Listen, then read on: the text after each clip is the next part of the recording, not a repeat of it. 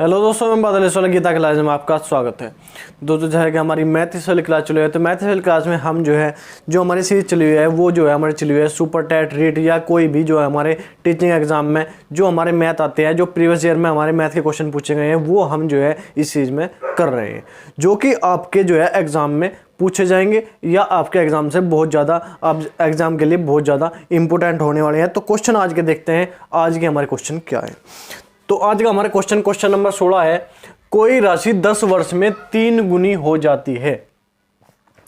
कोई राशि 10 वर्ष में 3 गुनी हो जाती है तो साधारण ब्याज की दर ज्ञात करें। साधारण ब्याज की दर ज्ञात करवावे या साधारण ब्याज दर देकर समय ज्ञात करवावे। इस तरह की कोई भी लैंग्वेज अगर हमारे जो है साधारण ब्याज में दी गई है कि 10 वर्ष में 3 गुनी हो जाती है, समय बताओ, या 12% से 3 अगर दर दे दे और 3 गुनी हो जाती है, 5 गुनी 10 गुनी हो जाती है, समय ज्ञात करो या दर ज्ञात करो। तो इसमें करना क्या है, देखो जितनी गुनी बताई है 3 गुनी बताई, जितना गुना हो जाए 5 गुना 7 गुना जो भी गुना हो जाए वो तो हमें करना है, उसमें से घटाना है 1। मैं 3 गुनी होगी तो 3 - 1, ठीक है। बटे में जो हमें समय दिया गया है, बटे में लिखेंगे वो। और क्या निकालनी, दर निकालनी।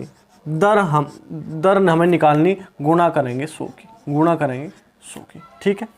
तो 0 से 0 कट जाएगा, क्या 3 - 1 2 गुना 10 बराबर 20% हमारी दर होगी। 20% हमारी दर होगी। जितना भी गुणा कहा गया है, जितना गुणा 3 गुणा 5 गुणा 2 गुणा 1 गुणा जो भी कहा गया है उसमें से 1 माइनस करेंगे, बटे में करेंगे जो हमें समय दिया गया है, बटे में समय और गुणा कर देंगे 100, हमारी दर जो है आ जाएगी, ठीक है। बिल्कुल सिंपल बात। उसके बाद क्वेश्चन नंबर 17 हमें दिया गया है। क्वेश्चन नंबर 17, यदि किसी संख्या का 20% 120 हो तो उसी संख्या का 120% होगा। देखो क्या कहा, कोई भी संख्या है, उस संख्या का 20% हमें बताया गया है 120 के बराबर है। उस संख्या का 20% 120 के बराबर है। जहां भी परसेंटेज के बराबर में संख्या आवे, तो क्या करना, ऊपर संख्या नीचे परसेंटेज, और जो निकालना है, क्या निकालना है, उस संख्या का 120% होगा। क्या निकालना, संख्या का 120%, जो निकालना उसी से कर देंगे गुणा।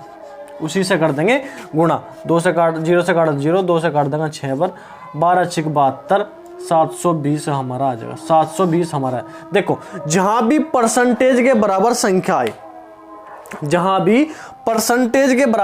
आवे, उसने कहा कि उस संख्या का 20% 120 के बराबर है। परसेंटेज के बराबर संख्या आ गई तो ऊपर संख्या नीचे परसेंटेज, जो निकालना, क्या निकालना, उस संख्या का 120%, जो निकालना उसी से करेंगे गुणा। 120/20 गुणा 120। क्यों, हम उसने कहा कि उस संख्या का 120% क्या होगा, तो गुणा करेंगे 120 से, 720 हमारा जो है आंसर आ जाएगा, ठीक है। बिल्कुल सिंपल बात है। आप एक बार नोट करो इसे, फिर नेक्स्ट क्वेश्चन देखते हैं।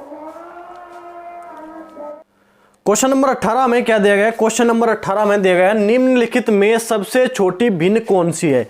ये हमें भिन्न दी गई है 6/11, 13/18, 15/22, 19/36, 5/6। इन भिन्न में से सबसे छोटी भिन्न हमें ज्ञात करनी है, बतानी है। तो देखो सबसे पहले हम क्या करेंगे, इनका हर और अंश का अंतर देखेंगे हम। हर और अंश का यहाँ पे अंतर कितना है, 5। यहाँ पे देखेंगे अंतर यहाँ पे कितना है, 13 और 5 18, 5। यहाँ पे अंतर देखें कितना है, 7। यहाँ पे अंतर देखें कितना है, यहाँ पे कितना अंतर है, 17। और यहाँ पे अंतर कितना अंतर है, 1, ठीक है। जो भी अंतर हमारा अंश और हर का आया है भिन्न में, उस अंतर से इसके अंश को भाग दे देंगे। 5 से 6 को भाग देंगे, क्या आ गया, 5 × 5, ठीक है।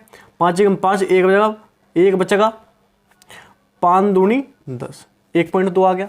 फिर 5 दूनी 10, अब 5 × 6 30, 2/6 आ गया। 7 दूनी 14,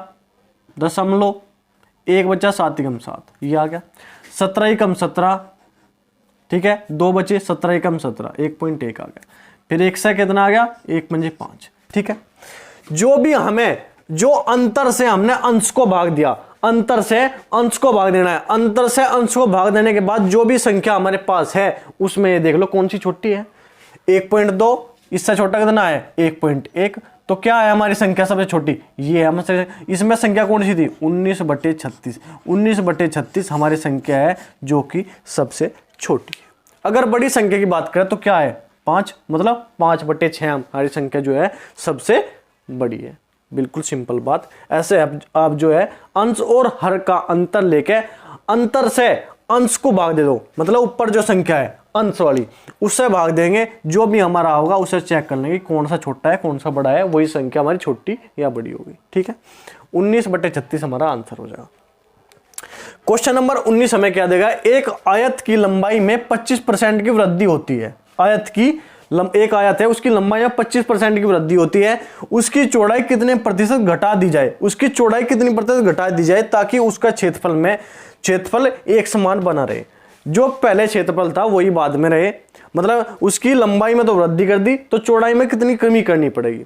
मैंने आपको पहले भी एक क्वेश्चन इस तरह का कराया था कि एक लंबाई में वृद्धि हो चौड़ाई में वृद्धि हो या एक वस्तु में वृद्धि कर दी जाए तो दूसरी वस्तु में कितनी कमी कर जाएगी। तो इस प्रकार में जो मैंने आपको बताया था, वैसे मैंने आपको डायरेक्टली बताया था कि 25% अगर जहां भी हो उसके लिए आंसर आएगा हमारा 20%, और जहां पे 20% हो उसके लिए आंसर आएगा हमारा 25%। तो कैसा होगा ये देखेंगे। हमें निकालनी परसेंटेज कमी, हमें निकालनी कमी परसेंटेज हमें निकालनी है। देखो जो हमें वृद्धि दी गई है कितने परसेंट दी गई 25%, 25 बटे अगर कमी हमें निकालनी है तो इस 25 को 100 में जोड़कर इसके नीचे लिखेंगे। अगर कमी है, अगर हमें कमी निकालनी है तो इसे जो है जो हमारे 25% वृद्धि है इसे 100 में जोड़कर नीचे लिखेंगे, मतलब 100 और प्लस 25 125, और परसेंटेज के लिए लगाओगे गुणा 100, 25 पंजे 125 और 5 से काट देंगे 20 बार, तो क्या आ जाएगा हमारा 20% हमारा आंसर आ जाएगा। ठीक है, ये 20% हमारा आंसर हो गया।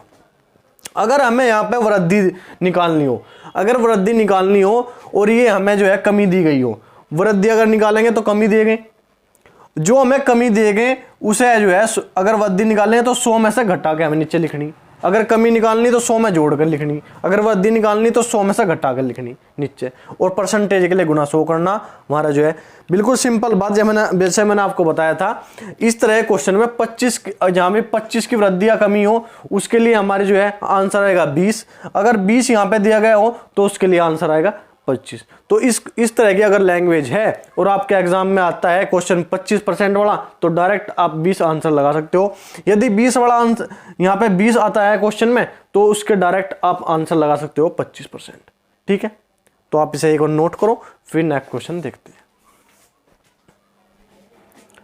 क्वेश्चन नंबर 20 हमें क्या देगा, क्वेश्चन नंबर 20 हमें देगा 1.27 के ऊपर बार 27 के ऊपर बार बराबर है। तो ये हमें जो है निकालना है, बार वाला क्वेश्चन है।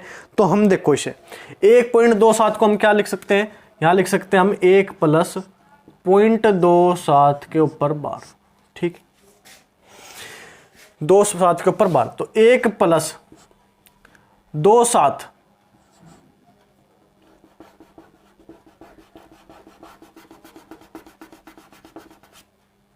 27 बटे जिस संख्या के ऊपर बार है, जितनी संख्याओं के ऊपर बार है इतने ही हम उसके नीचे लिखेंगे, कितने 9, तो 9 2 और 7 के ऊपर बार है तो इतने ही हम 9 लगाएंगे। अगर किसी संख्या के ऊपर बार नहीं है, जैसे अगर लिख देते हैं 2 7 और 7 के ऊपर बार, अगर हम इसे लिखते तो कैसे लिखते 2 27, जो इसके ऊपर बार नहीं है वो इसमें से घटा देते और बटे में जिसके ऊपर बार है उसके लिए एक 9 और जिसके ऊपर बार नहीं है उसके लिए एक 0, तो हमारे क्या हो जाता है 25/90, ये हो जाता ऐसे। ठीक है, लेकिन हमें एक क्वेश्चन दिया गया 1 प्लस 0.27 मतलब 27 के ऊपर बार 1.27 1.27 के ऊपर बार, तो लिखेंगे 1 प्लस 2/7 ठीक है, अब क्या करेंगे इसे 9 से काट दो, इसे 9 3 27 9 से 11 बार, तो 1 प्लस क्या हो गया 1 प्लस 3/11 1 प्लस 3/11 हमारा आ जाएगा। 1 प्लस 3/11। अगर हम इसे ऐसे भी छोड़ सके या ऐसे लिख देंगे 11 कम 11 और 3, 11 3 14/11, 14/11 यही हमारा आंसर हो जाएगा। बार वाले क्वेश्चन में हमें करना क्या है, देखो एक और मैं बता दूं आपको, जिस संख्या के ऊपर बार है उसके लिए हम लिखेंगे 9, और जिस संख्या के ऊपर बार नहीं है उसके लिखेंगे हम 0, उसके नीचे लिखेंगे हम 0। तो क्या करा हमने, यहाँ पे 2 और 7 के दोनों के ऊपर बार था, बार का मतलब ये डंडा, तो उसके लिए हम उनके बटे में क्या लिखेंगे 9 और 9। अगर हमारे में एक पे बार होता, एक पे बार नहीं होता, तो हम पहले क्या करते, पूरी संख्या लिखते, फिर जिसके ऊपर बार नहीं है वो उसमें से घटा देते, और फिर जिसके ऊपर बार है उसके लिए 9 और जिसके ऊपर बार नहीं है उसके लिए 0 हम उसके बटे में रख देते। तो 25/90 हमारा ऐसा आ जाता। लेकिन हमें निकालना ये है, तो इसका आंसर हमारा हो जाएगा 14/11। ठीक है, आप इसे नोट कर लो। तो ठीक है, आज के लिए क्वेश्चन इतने ही रहेंगे।